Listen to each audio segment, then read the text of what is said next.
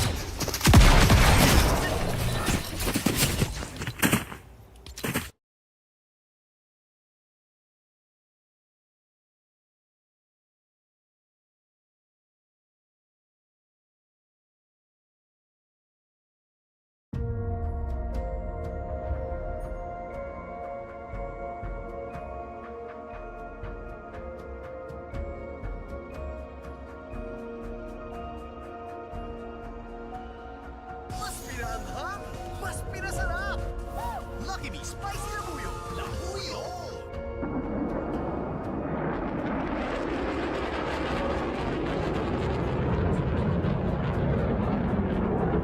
Hello， 大家好，我是千淼，欢迎来到千淼的频道。那大家现在看到的这段视频就是我国第6代战机沈飞歼50战机的最新试飞视频。今天发布的这段视频呢，也是比较有意思，不仅拍摄到了歼50战机正面转弯的机动动作，也拍到了歼50战机从后方转弯的一个动作，能清晰的看到歼50战机在转弯过程中，它的全动翼间如何摆动，实现转弯动作的。这段视频是歼50战机转弯过程中从后方拍摄到的全动翼间摆动的动作。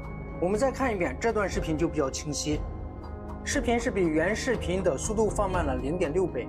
上个月呢，中国成飞歼36战机也出现了转弯的动作，那我也是第一时间发布了相关视频。有兴趣的话，可以翻看我上个月发布的关于歼36战机的视频，也指出了有些博主是为了博取流量，发布出来一些不真实、经过剪辑处理的一些关于歼36战机的视频。那我呢，也是在此呼吁，作为军事博主，我们发布的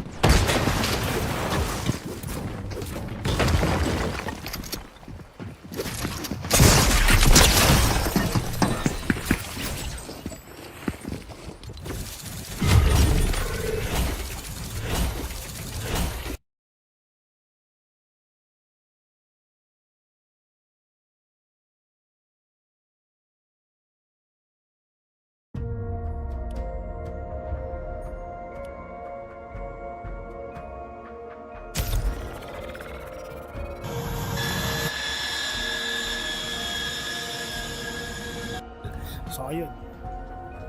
Profit agad, boss. Ganun lang. Profit tayo. 430 ka agad. 430 pesos. Earn tayo, boss.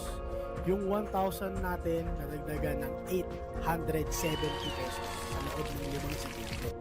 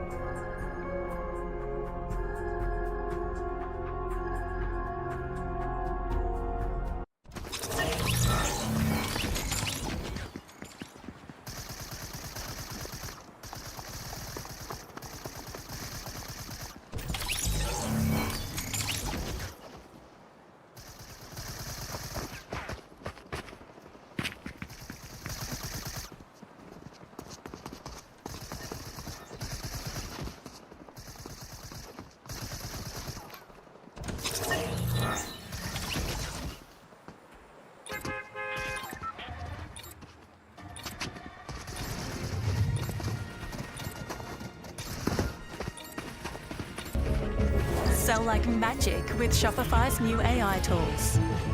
And banish right as Over the last decade,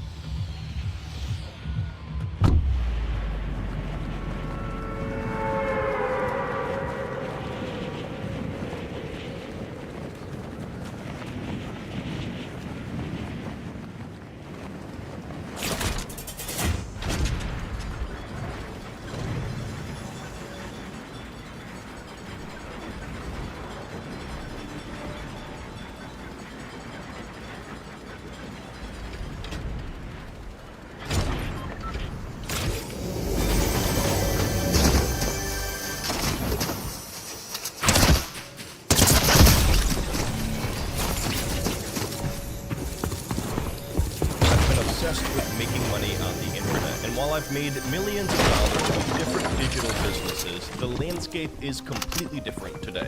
My goal with this video is to give you 4 specific opportunities to make money online that I think are the best to get started with right now in 2025. But not only that, I'm also going to be backing up each one of these ideas with actual proof as to why I think this is such a good idea right now. All that I ask in return is that if you like one of the ideas on this list, drop a like on this video. Let's dive in. So the first opportunity here is actually something I started doing myself at the beginning of 2025, but before I...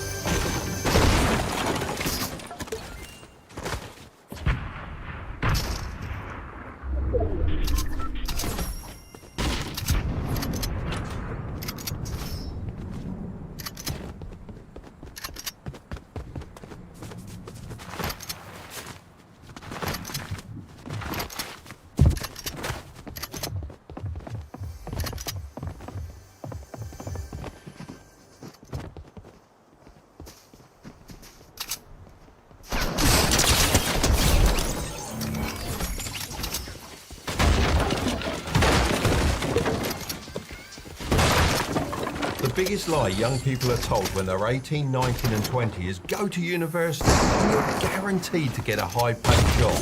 This lie is drilled into you through the school system and then reinforced by parents who are stuck in the past.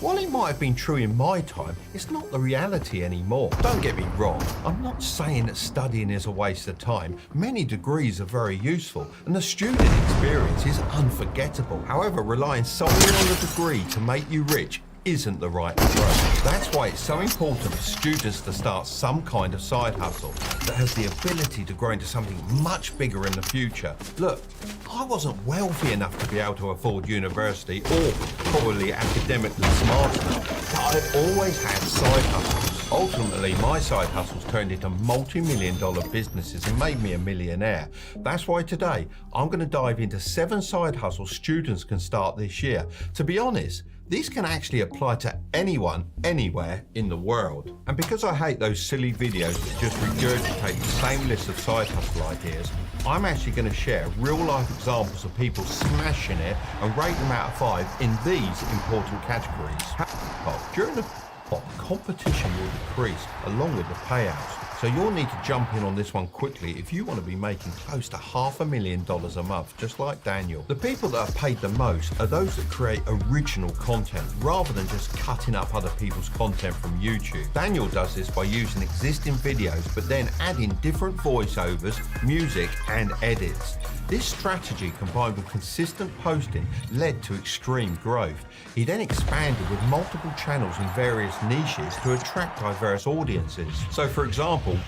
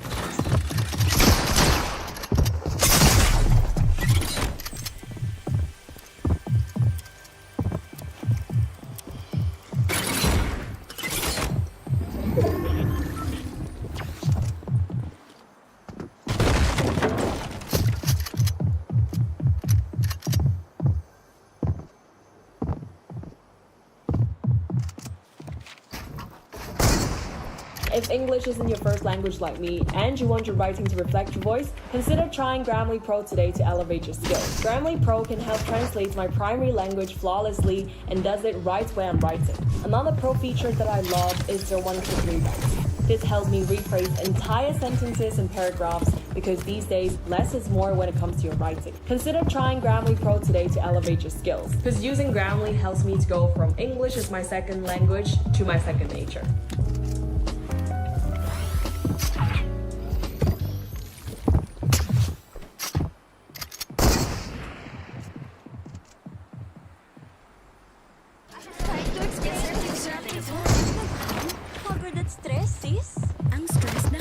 I've still made mistakes. But I do know if I started from scratch today with everything I know, things would be a lot easier for me. And I want to pass on some of that to you so you're not wasting months or years of your life like I did. We're going to break this one up today into 4 different steps. And the first one is one that we get asked about a lot.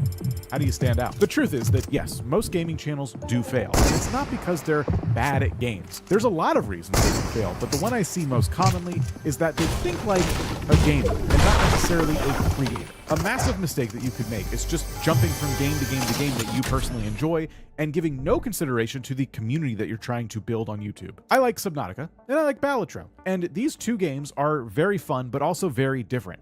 Playing them on one YouTube channel would just be a bit weird because I'd have to play each one in a completely different style. You should eventually switch games, and we'll get to that. But if you're going to switch games, they should at least be in the same category. That's because, number 2, you should be developing a unique signature style. Let's look at an example. Gray still plays. Now, Gray isn't just playing games the normal way. All these videos focus on exploiting different mechanics and creating different challenges. The more absurd, the better. Now, as you can see, there's a lot of different games on the channel, and they also jump around from genre to genre as well, but they all do have something in common still. In the case of Gray Still Plays, all the games are carefully chosen because they're able to be played in a unique way. If you speedrun Mario games, you speedrun Mario games. That's it. You can play any Mario game, but you are a speedrunner of Mario games. If you make silly videos that take a game and play it the wrong way, you need a game that's open enough to allow you to experiment with it. The bottom line is, what kind of gamer are you? Are you really good at games? Maybe you should consider a speedrun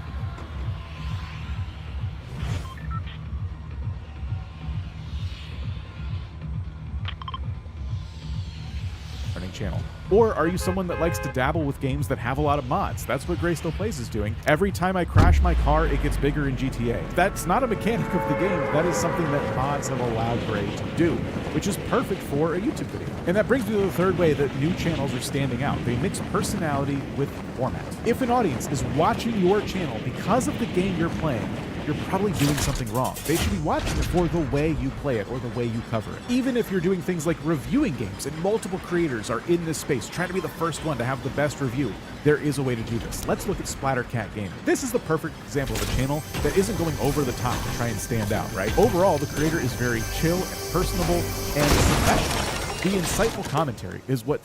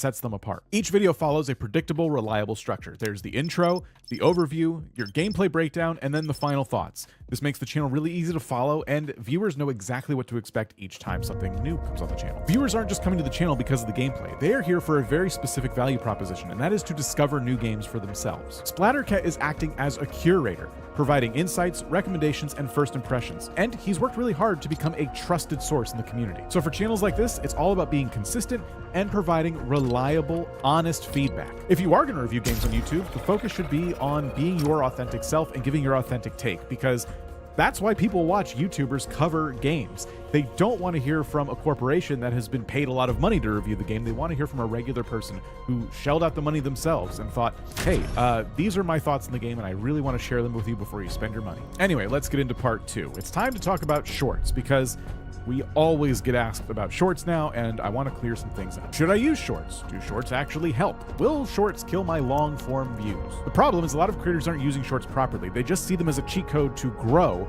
if growth is based on simply the subscriber number going up. Other creators who make awesome content completely ignore shorts as something that doesn't make any money anyway, so why bother? Truth is, shorts are another platform on YouTube itself. And if you choose to use them and use them the right way, they can be really awesome for your overall reach across YouTube. In my opinion, shorts make starting YouTube easier, and here's why I think you should use them. Starting a YouTube channel is very exhausting because you're not just learning all the YouTube bits, you also need to be good at making videos in the first place, editing and filming, and perhaps lighting if you're on camera.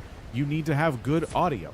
There's so much to focus on, and you could spend an entire week making your first long-form video, and nothing feels worse than uploading it, waiting another week, 2 weeks, a month, and just having it never get any views. This is going to lead to burnout really quick, and it's going to make it impossible for you to stay consistent. But if you start YouTube by making shorts, and you keep them relatively short, under 30 seconds, a minute, then you're going to have a different experience. In that 1 week it took to make that big long-form video, you could probably make 5 or a dozen YouTube shorts. You can get these shorts uploaded a lot faster than these long-form videos, and the shorts discovery algorithm is a completely different beast than the long-form algorithm we have on the platform. Even with 0 subscribers, if you upload some shorts, YouTube will eventually test them with an audience. And if they do well, then YouTube will test them with more people. And over time, that begins to snowball. You're going to get a lot of feedback from posting these videos, and it's going to feel good to have made something that actual people actually saw. Then from there, you can take this feedback on board, and you can keep optimizing your shorts. You could look at your retention graphs and see where people dropped off. You can see which shorts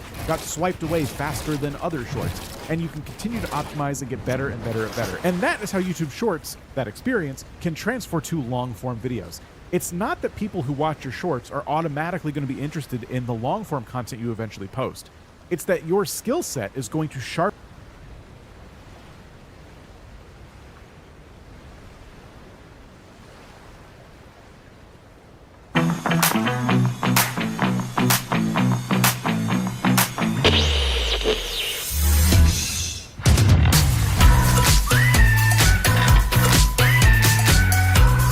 Let me guess, you've clicked on this video because you're worried that your channel might have died.